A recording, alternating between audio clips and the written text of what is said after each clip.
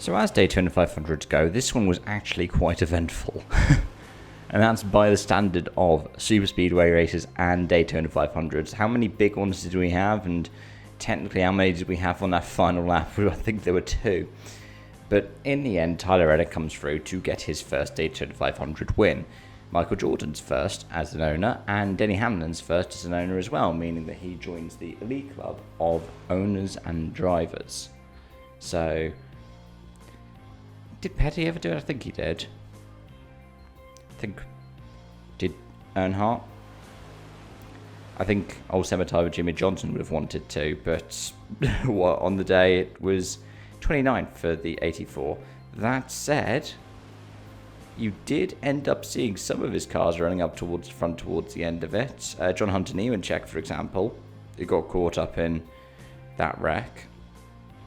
Did Blaney as well? Did Jimmy Johnson actually get caught up in that one on the last lap? Because it's showing us out on the 199th. I can't remember how many people got caught up in it.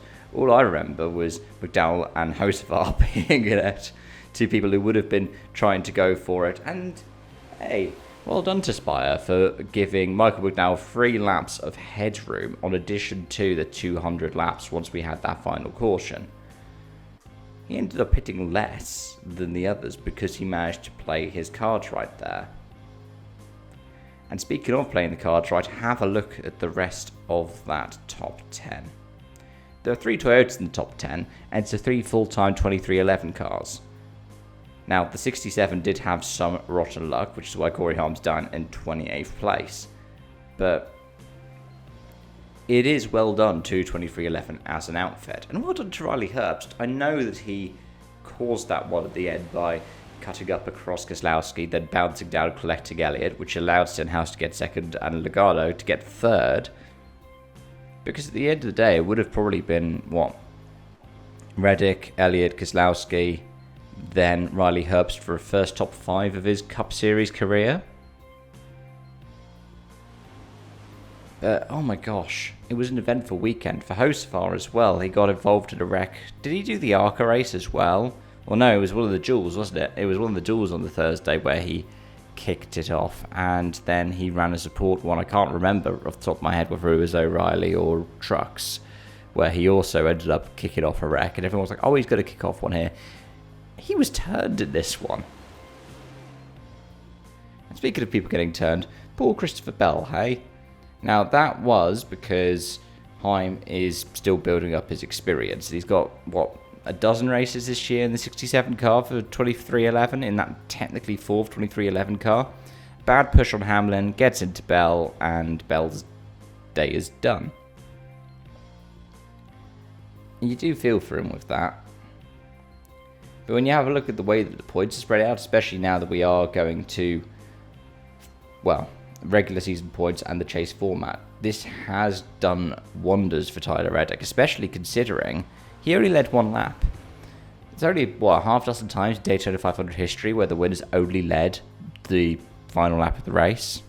But it's another one here. And when you look at the spread of laps led, there is quite a nice spread out there. I mean, you do feel for Bubba Wallace, who led 39 laps on the day and ended up just 10th. That was just rotten luck when all those Toyotas came into pit towards the end. He led the most laps on the day as well.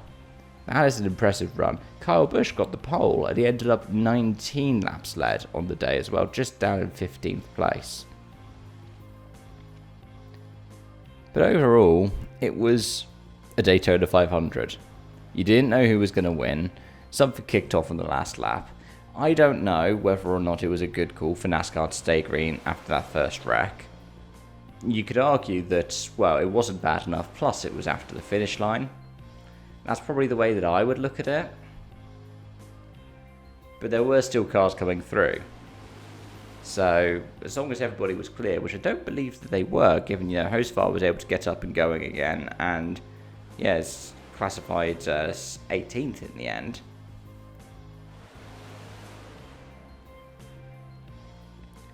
But, oh well.